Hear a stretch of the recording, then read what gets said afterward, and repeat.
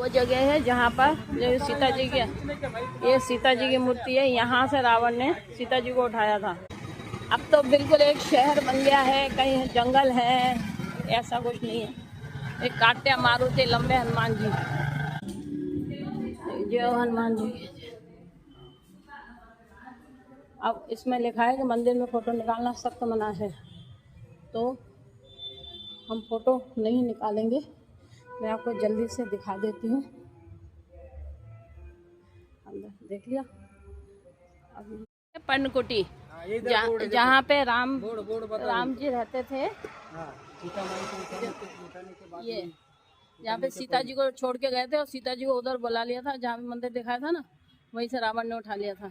लक्ष्मण रेखा भी है, देखिए, राम लक्ष्मण सीता जी का चरण पादुका लक्ष्मण रेखा, ये नदी है, ये रही। ये इसके नीचे गोल गोल गोल गोल पानी की धारा निकल रही है, जहाँ पे उन्होंने लक्ष्मण रेखा खींची थी, जो अब पानी के रूप में है, लेकिन तब अग्नि के रूप में थी। ये वो मंदिर है, ये देखिए, ये मंदिर है। ये जो राम लक्ष्मण सीता यहाँ पर है, ये है यही कुटिया थी जहाँ पे रामचंद्र जी रहे थे। बताओ, तुम लोग महलों में रहते हो, रामचंद्र जी यहाँ रहे थे। ठीक है, दर्शन कर जल्दी आओ।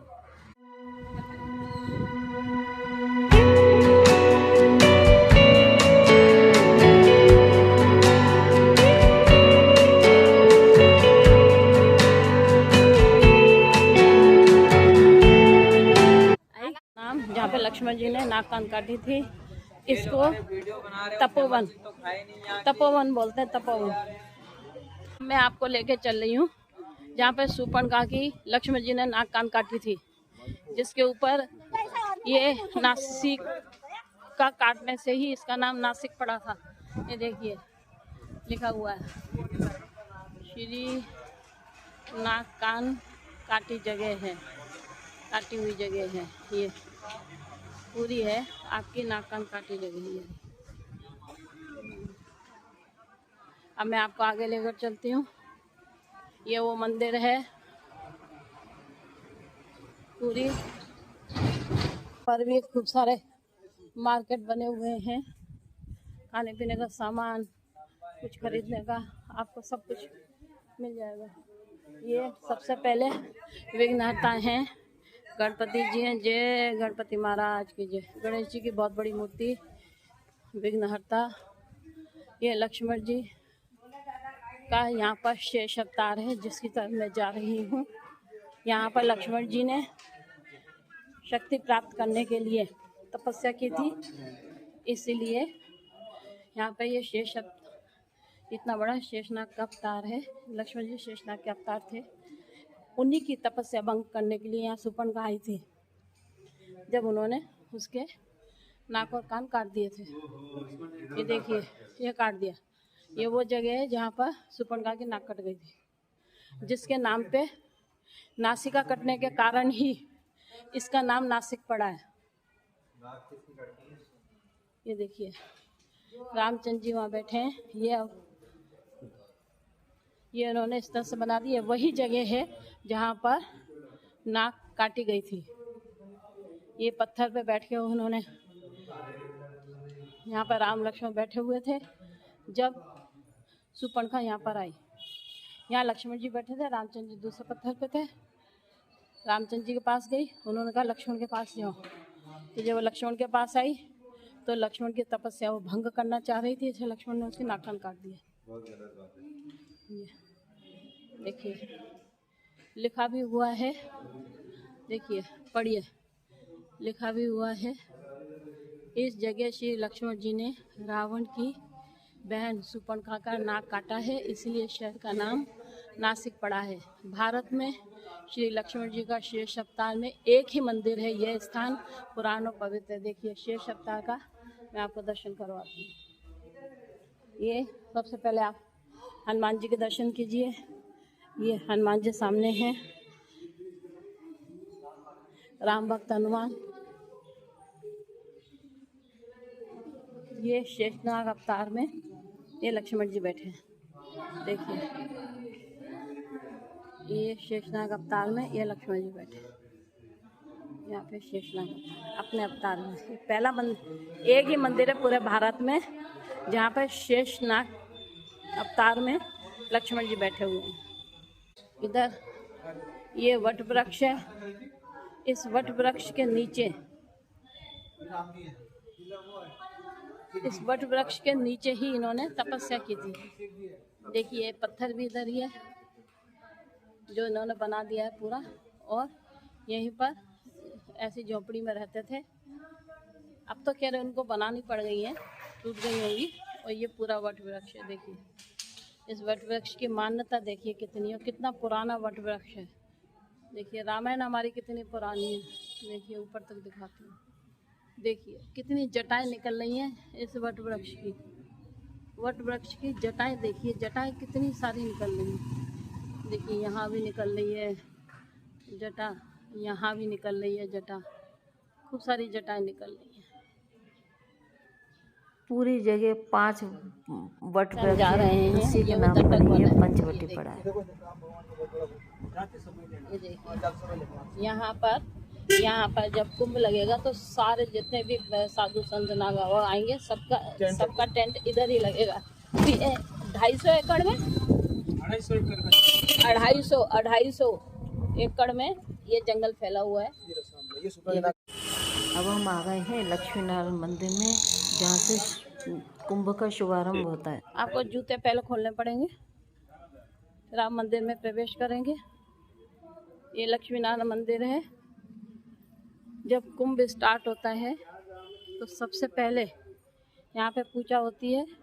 यहाँ से कुंभ की शुरुआत की जाती है, लक्ष्मी नारायण मंदिर से, यहाँ से की जाती है। नासिक ये पूरा लक्ष्मी नारायण मंदिर है। देखिए मैं ये से दिखाऊंगी, अंदर शायद पंडित जी कुछ बोला पूरा है। अब मैं दर्शन करके फिर आपको दिखाती हूँ। तपोवन है जहाँ पर मैं आई हुई हूँ। ये वो जगह है जहाँ पर रामचंद्र जी ने तप किया था। और मंदिर में पहले आरती होती है, अच्छा, फिर उसके बाद में हम घाट चले जाते हैं नहाने के लिए। फिर कुंभ मेला शुरू, फिर कुंभ मेला शुरू होता है। कुंभ मेला स्टार्ट करने की जगह है। अच्छा, यहाँ से स्टार्ट होता है कुंभ मेला।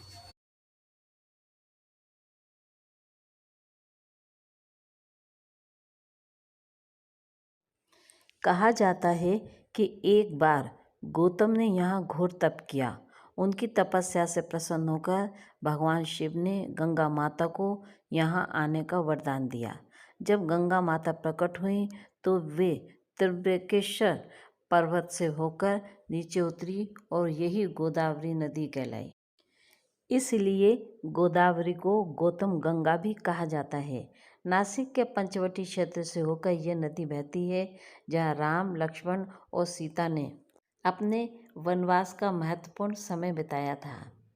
नासिक कुंभ का मेला यहाँ पर 4 साल बाद लगता है। 4 स्थलों पर कुंभ मेला होता है: हरिद्वार, प्रयागराज, उज्जैन और नासिक। नासिक का कुंभ मेला अब 2027 में लगेगा। यहाँ गोदावरी तट पर स्नान का अद्भुत महत्व है। मान्यता है कि जब समुद्र मंथन से अमृत निकला तब देवताओं और दानवों के बीच छीना झपटी में अमृत की बूंदें नासिक में भी गिरी थी। इसी कारण यहाँ कुंभ का आयोजन होता है। पूरा जैसे ना है चलेगा बस मंदिर जाना, आ जाओ। जैसे किनारे पर सब कुछ मिलता है ना, सबको मिलेगा। आपको खाने पीने के फल भी मिल जाएंगे, सब है। लोहे की चीज़ चाहिए, बच्चों के चूड़ी, कड़े, फल, ये हर चीज़ आपको मिल जाएगी। 2027 में इसी जगह पर, नासिक में इसी जगह पर कुंभ लगेगा। जैसा कुंभ इलाहाबाद में लगा था ना, इस तरह से कुंभ 2027 में यहाँ पे लगेगा। हमने छोटा था, ये आगे छोटा है, लेकिन नहीं, आगे गोदावरी जहाँ से आ रही है, जहाँ पे जा रही है, बहुत लंबा घाट है, काफ़ी किलोमीटर तक फैला हुआ है। देखने में नॉट बैड, बुरा नहीं है, अच्छा है। अगर आपको भी नासिक आना है 2027 में, जब कुंभ लगे तब आइएगा, आपको पूरे यहाँ पे दर्शन हो जाएंगे पंचवटी के। और जहाँ पर लक्ष्मण रेखा पार की थी सीता जी ने, वो जगह भी है। मैं एक ये मंदिर है बिल्कुल आपके गोदावरी के किनारे पे। ये गोदावरी है, ये मंदिर है, हम मंदिर में जाने वाले हैं। ये देखिए शिव जी का मंदिर। जब श्री राम, माता सीता और लक्ष्मण वनवास के दौरान पंचवटी नासिक में रहे, तब उन्होंने यहाँ गोदावरी नदी में स्नान और पूजा की। इसी कारण इस स्थान का नाम रामघाट पड़ा। यहाँ नदी पर बने घाट पर प्रतिदिन हजारों श्रद्धालु स्नान करते हैं।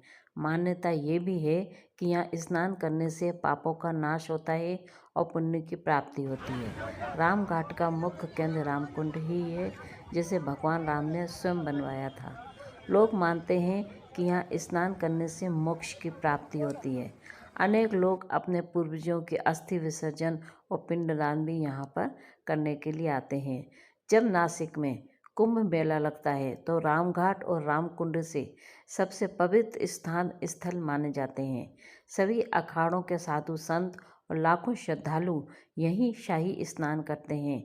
इस समय घाट पर गंगा जैसा वातावरण बन जाता है।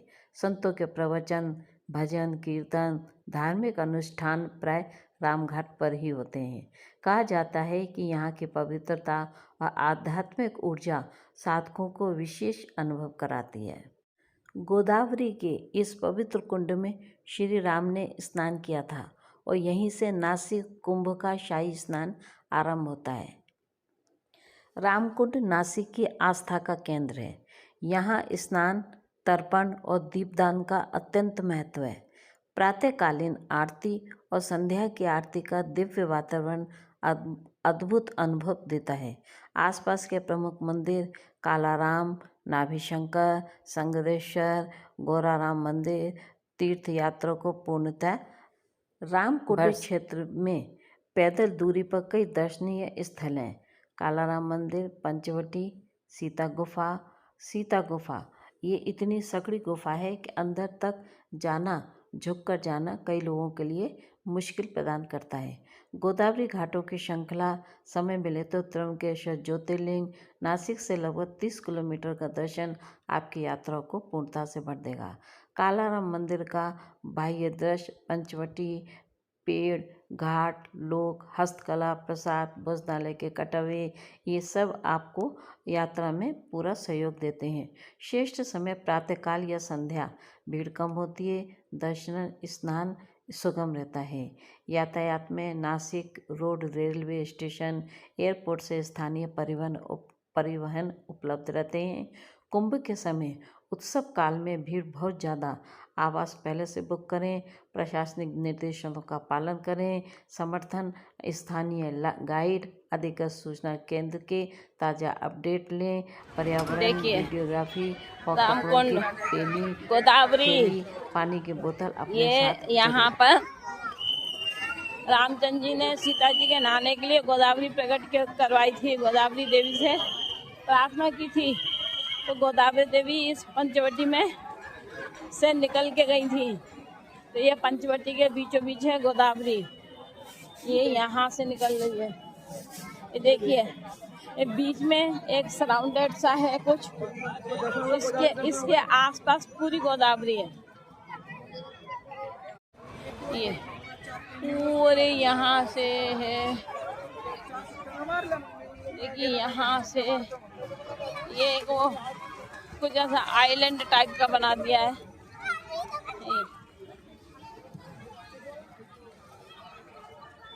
ये है, यहाँ पर पंचवटी भी है। पंचवटी का शाब्दिक अर्थ है 5 वट वृक्षों का समूह। यह स्थान नासिक, महाराष्ट्र में गोदावरी नदी के तट पर स्थित है। रामायण के अनुसार जब श्री राम, माता सीता और लक्ष्मण वनवास के दौरान नासिक पहुँचे तो उन्होंने 5 वट वृक्षों के नीचे अपना निवास बनाया। इसीलिए इस स्थान को पंचवटी कहा गया। यहीं पर शूर्पणखा ने राम और लक्ष्मण से मिलकर विवाह का प्रस्ताव रखा। यही स्वर्ण मृग का प्रसंग हुआ जिसके कारण सीता हरण की कथा घटित हुई। पंचवटी के पास ही स्थित है सीता गुफा, जहाँ माना जाता है कि माता सीता ने कुछ समय तक वहाँ पर निवास किया। परंपरा और मान्यता ये भी है कि वहीं 5 वट वृक्ष पंचवटी कहलाए। समय के साथ ये वृक्ष बदल भी सकते हैं, पर स्थान वही माना जाता है। आज भी पंचवटी क्षेत्र में वट वृक्ष, मंदिर और आश्रम हैं जो इसे पवित्र बनाते हैं। पंचवटी जब नासिक का एक मुख्य तीर्थ स्थल है। यहाँ कालाराम मंदिर, गोराराम मंदिर, सीताराम गुफा और अन्य मंदिर भी हैं। रामकुंड के साथ ये स्थान तीर्थयात्रियों के लिए एक पवित्र स्थल है। सब्सक्राइब करना ना भूलें।